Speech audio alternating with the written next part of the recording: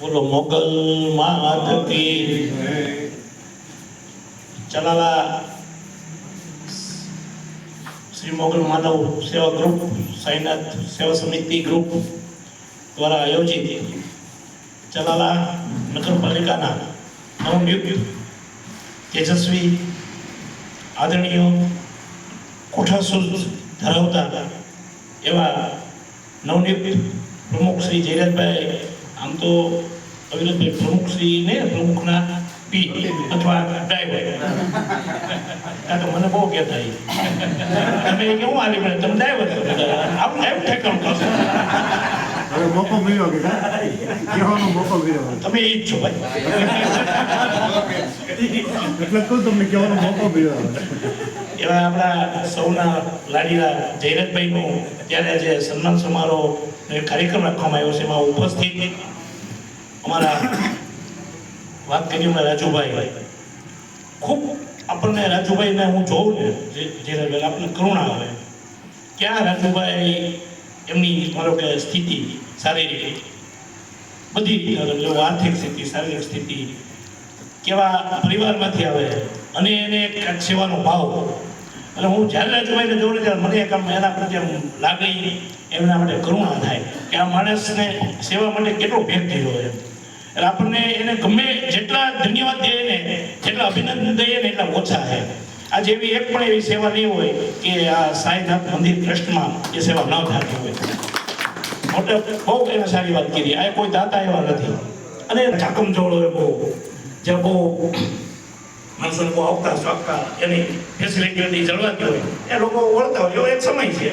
આપણે કોઈની ટીકા નથી કરતા, પણ છતાંય વિપરીત પરિસ્થિતિમાં સાનુકૂળ પરિસ્થિતિ હોય, તમને કોઈ 2 કરોડ રૂપિયા આપી જાય કે આ કરી નાખો, એ થઈ જાય, એ બહુ મોટી વાત નથી એમ, તો બધા કરી શકે. પણ પરિસ્થિતિ એવી હોય અને એમાં ટકવું અને સેવાનો ભેટ લઈને ટકવું, પૈસા વસ્તુઓ ક્યાંકથી માગવી અને પછી બીજાને પૂરી પાડવી, એટલે એ તો જે કરતા હોય ને ન કરે. મને નરેશભાઈ ખબર હોય બધું કેમ એડજસ્ટ થાય છે, હું એમનો સાક્ષી છું કે આ બધું કેમ એડજસ્ટ કરે છે. પણ છતાંય મોગલમાની એમની ઉપર કૃપા છે, દાન મહારાજની, સાઈનાથ ભગવાનની એમની ઉપર કૃપા છે, ઠાકોરજીની કૃપા છે, તો આ વસ્તુ થઈ શકે. હું કામે કે એમનો ભાવ સારો હોય. કોઈ પણ વસ્તુ બનતી હોય ને એમાં ભાવ હોય ને, ભાવ સારો હોય ને તમને બીજા કોઈ સહકાર ન આપે તો પણ કુદરતને એમને સહકાર હોય છે. એટલે માનવ મંદિર છે ભાઈ મોગલમાનું, એમાં મોગલમાં છે એમણે એમની ઉપર ખૂબ કૃપા છે, તો જ આ બધું કાર્ય થઈ શકે. વિશેષમાં આ કાર્યક્રમમાં ઉપસ્થિત કારોબારી ચેરમેન શ્રી ભરતભાઈ, ઉપસ્થિત નગરપાલિકાના સદસ્ય શ્રી કેતનભાઈ, ભાઈ વિરતભાઈ, ડબલ રોલ ભૂમિકા જે કરે છે, 2 હાથ કહેવાય, તો નગરપાલિકાના એકાઉન્ટર એટલે મહત્વનું ખાતું કહેવાય, અને પાછા એમાં સભ્ય થયા એટલે સાતમને સોમવાર ભેગું થઈ સેવાકીરી. હા, એ જ છે બી લોકો. ખૂબ સારું વાતાવરણ છે. એવા તમારા રાજુભાઈને અડધી રાત્રે એમ કે રાજુભાઈ ફોન કરે તો દાદા આમ છે આવો રેશભાઈ. રાજુભાઈ 7-8 દી જાય તે લલિતભાઈને જગાડ્યા કે લલિતભાઈ હવે આપણે સમૂહ લગ્ન કરવા. લલિતભાઈ કે પછી હમણાં કીધા શું સમૂહ લગ્ન કે ના કરવા પડે. લલિતભાઈ કે કરો તો. આવી એક બાબતમાં લલિતભાઈ એમને ખૂબ સહકાર આપે. ક્યાંય જો આજે રાજુભાઈ ઢીલામાં બેઠા ને તો એ લલિતભાઈ પૈસા છે. લલિતભાઈ કે કરો ને બધું થઈ જાય, અને લલિતભાઈ બધું ઉપાડી લે, મોગલમાની દેહથી બધું પૂરું પડી જાય છે. એવા લલિતભાઈ હમણાં જ આપણી વચ્ચે આવ્યા હરેશભાઈ જબલિયા, ટીચર, આચાર્ય, નવી સ્કૂલ બનાવી રહ્યા છે, ખૂબ સારું કામ કરે એવા હરેશભાઈ. જીતુભાઈની તો હું આપણે તમને વાત કરવી ત્યારે જોઈએ કે નકર દાંત જ કાઢતા હોય કે આપણે ક્યાં શું કરવું. ખૂબ જીતુભાઈ આ સંસ્થાને ખૂબ ઉપયોગી બન્યા છે.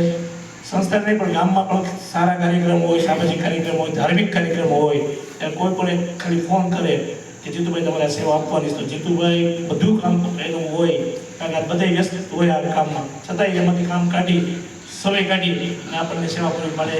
એવા આદિને જીતુભાઈ મહેતા સાચી વસ્તુ લોકો સમક્ષ પહોંચાડવી એ એક સારી વાત છે.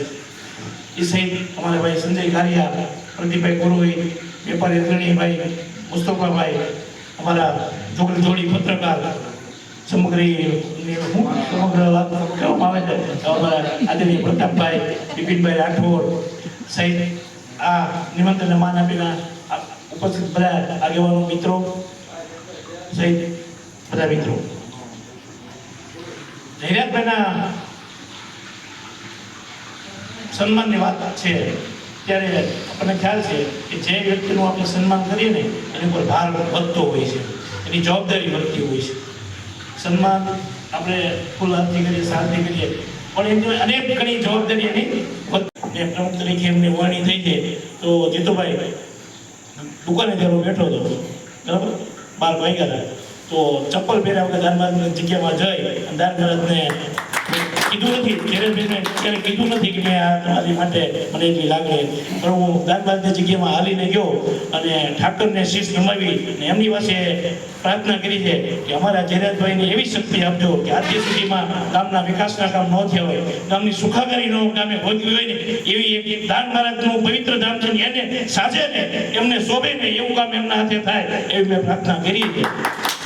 અને વિશેષ મેં હમણાં જ કળુભાઈ પાસે ચર્ચા કરી કે જ્યારથી આજે 15 દિવસ થયા છે, 15-17 દિવસ 19 દિવસ થયા છે પ્રમુખ તરીકે આવ્યા પછી, જો માનો ડીએસપીની એક પોસ્ટ હોય, એમની એક સીટ હોય, તો ડીએસપી તરીકે જે કામ કરતા હોય ને તે નિયમો બધા એ જ હોય.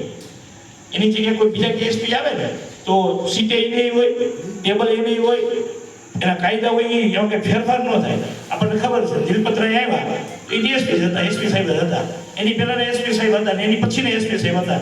તમે ખાલી કામમાં એવું જોઈ લો, કાયદો એ નહીં છે, સીટ નહીં છે, છતાં કેટલો ફેરફાર થયો. એટલે અમુક માણસની ઉર્જા એવી હોય, એની કામ કરવાની ધગસ એવી હોય કે જ્યારે સત્તા ઉપર આવે અથવા એમની જે જવાબદારી આવતી હોય ને ત્યારે ઓટોમેટિક વાતાવરણ ચેન્જ થઈ જતું હોય છે. હું જોઉં છું 19 દિવસથી 15-17 દિવસ થયા છે, જયરાજભાઈ એમની જે સમગ્ર ટીમ છે એમાં એક આખો એક વાતાવરણમાં ચેન્જ આવ્યો છે. હું 3 દિવસ પહેલા ગયો હતો નગરપાલિકાએ, તો મને યાદ છે હુડકો બેન હતા, મને ઓળખતા હતા કારણ કે એક વખત હુડકો બેમાં હું સભ્ય તરીકે મેં જવાબદારી નિભાવી હતી, ત્યારને બેન મને ઓળખતા અને મને જય શ્રી કૃષ્ણ કર્યા. મેં હું બેન અત્યારે આવ્યા 12 થયા છે, મને કે ભાઈ એક આવકનો દાખલો જોઈએ છીએ એટલા માટે હું આવ્યું છું. મેં કેમ આવકનો દાખલો કે મારે કાર્ડ છે ને પૂરું થઈ ગયું છે, મને એવું કીધું આવકનો દાખલો તમારે બીજો કઢવો પડશે.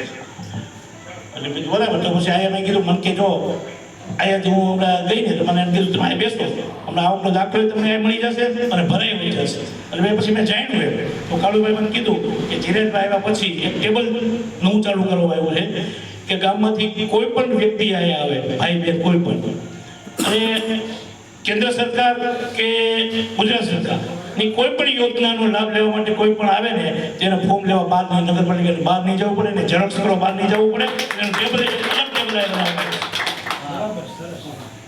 નગરપાલિકાનો ખ્યાલ છે કે એક કોઈ લઈને આવે ને તો કે ત્યાં જે ટેબલ પર બેઠીને પૂછે ને તો કે ભાઈ આમાં આ ઝેરોક્ષ નથી, ઝેરોક્ષ કરી આવો.